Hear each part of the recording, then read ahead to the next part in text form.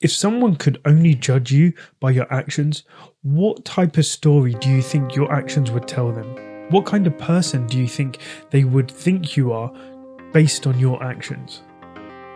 It sounds silly, but it's something which you need to consider when you're taking action. Welcome back to Master Your Mindset, Master Your Life. I'm Sanj, and I'm here to help you make the changes that take you from merely surviving in life to truly thriving. Today's episode is all about that powerful difference between what you say you're going to do and what you actually do. Your action expresses priorities, and that was a quote from Mahatma Gandhi. And this quote hits home because in the end, it's not what you say. It's not your thoughts, it's your actions that reveal what truly matters to you. And it was when I actually realized this, did I actually start thinking differently? Did I start considering actually what do my actions say about me? If I'm saying I'm going to be getting healthier, but then I'm sat there eating crisps, I'm sat there eating junk food, I'm not exercising, I'm not doing anything to benefit my health. Does me getting healthier sound like that? Does me saying I'm getting healthier do anything? No, it doesn't. So today I'm going to be diving into why we often feel satisfied by just saying we'll do something. Why it makes us feel good to tell people we've got an intention, even though the action is the only thing that counts. But just saying it, just saying we have some intention to do something, why that makes a difference. We think that simply saying something makes an impact, but actually I'll be talking about how that mindset actually can work against you. I'll be talking about why you know others by the action they take and they know us by our actions rather than what our intentions and our thoughts are. I'll be talking about the importance of learning to take action, and I'll be giving you 5 practical strategies to help you consistently follow through on your promises. And finally, I'll be telling you about the positive impact on your life when you actually start doing what you're going to say you're going to do. So let's start off with why, when we're saying we'll do something, it often feels satisfying, but it isn't actually enough. So the psychology behind this is actually quite simple. How many times though have you told yourself, I'm going to start working out regularly, I'm going to eat healthy, I'm going to save food, I'm going to stop scrolling social media, all this stuff. Yeah, you're going to spend more quality time with your family. And then you feel that small sense of satisfaction when you tell someone, when you tell yourself. And the common thing is that we all feel that satisfaction. We get that dopamine hit because speaking a goal out loud makes it feel a little real.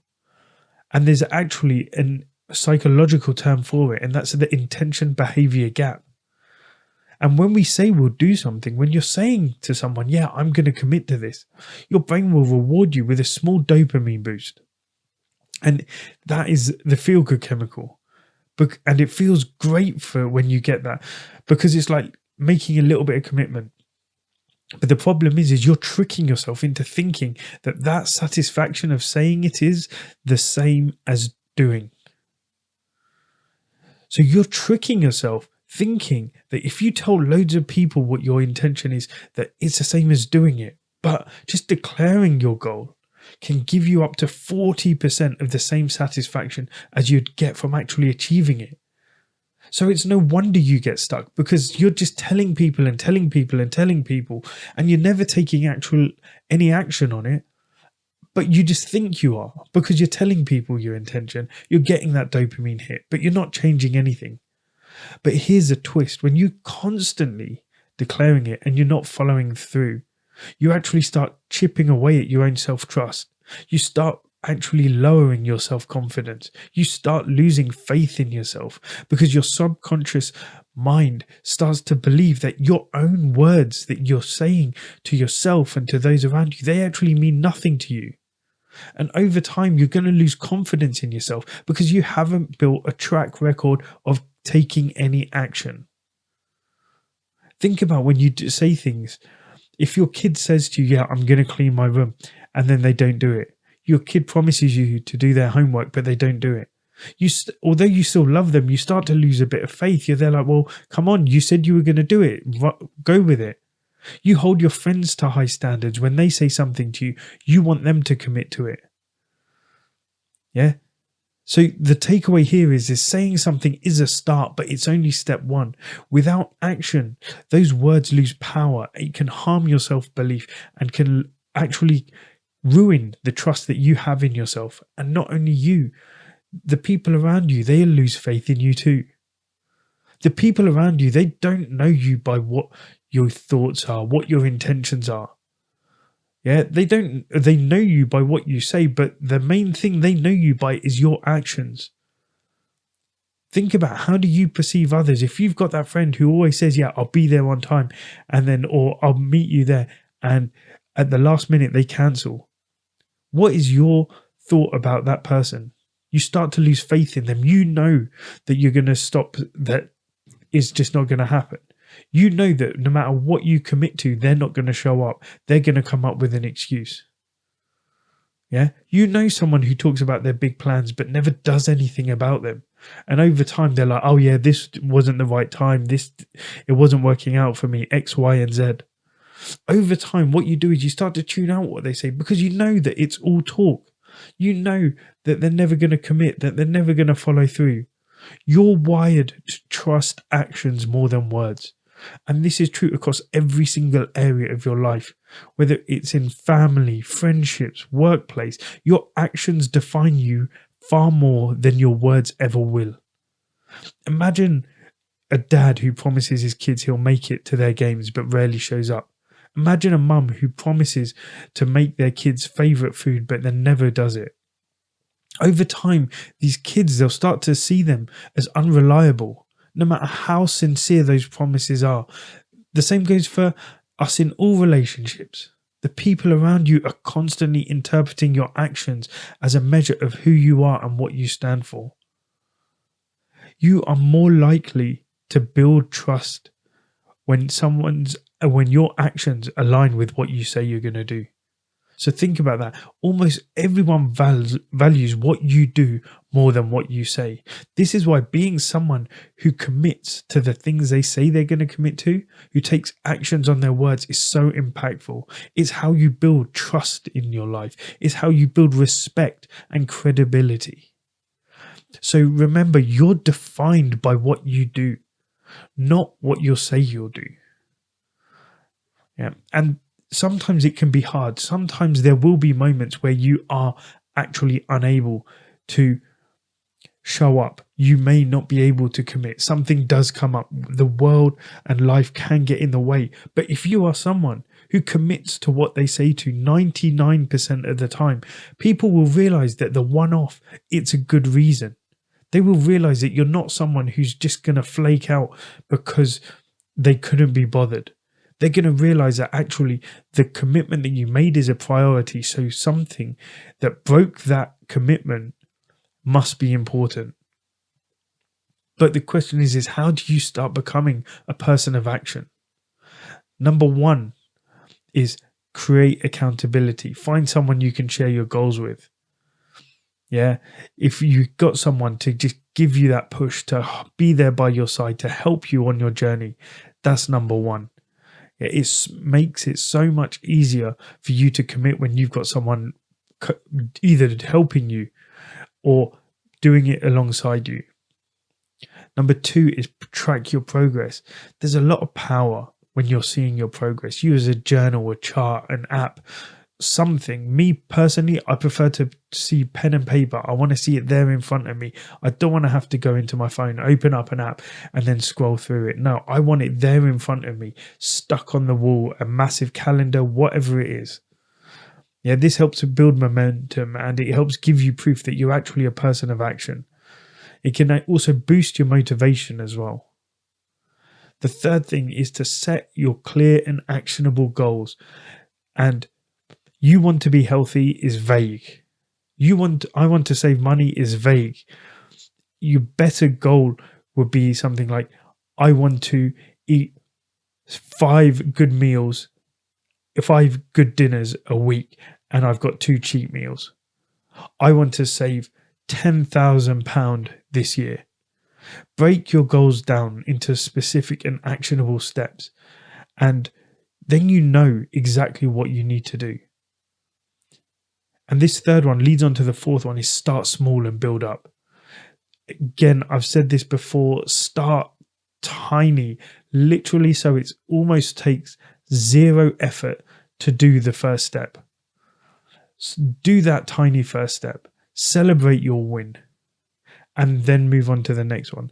Because by doing that, when you do take that tiny step, when you celebrate that win, you're going to get that hit of dopamine, and you're going to be actually reinforcing that positive action that you took. So you're more likely to take the action again. You're more likely to get that dopamine hit, and you're going to keep going in a cycle. What you're going to find is before long, you're actually going to just start doing it consistently without you even thinking about it. Your small, consistent actions are more likely to stick because they're manageable. And finally, the fifth one is be kind to yourself. As I said a lot, you need to be kind to yourself, because sometimes you're going to mess up. You're going to actually do something wrong. So practice self-compassion. Realize that, yeah, you're only human. You can make mistakes. And when you do that, you'll actually realize that when you're kind to yourself, you're going to think to yourself, you know what? Okay, I can keep going. I can keep doing it. The main thing to realize when you're practicing self-compassion is your whole journey is based on progress. It's not based on perfection. You're more likely to get back on track quickly if you're kind to yourself. And with these 5 ways, you can actually turn your intentions into real actions. You can start building up that track record that you've always wanted. You can start seeing how powerful it feels to truly follow through on what you say you're going to do. And when you start following through on this, your self-confidence will soar, because you'll think to yourself, yeah, I showed up for myself. And even when it's tough and you're showing up for yourself, your self-confidence is going to then just go through the roof, because you're not going to be sat there thinking, you know what, it was a bit hard today, so I didn't do it. I'll just do it tomorrow instead. No, when you did it, even though it was hard, it was difficult, you had to move things around or whatever, you didn't let things get in your way. That's when you're really going to see the change. That's when your self-confidence will literally increase exponentially.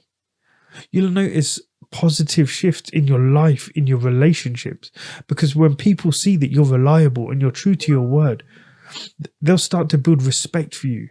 Trust will grow, and this can actually deepen your connections with the people around you, your kids, your spouse, your partner, your colleagues. And so that's going to actually make so much difference in your whole life.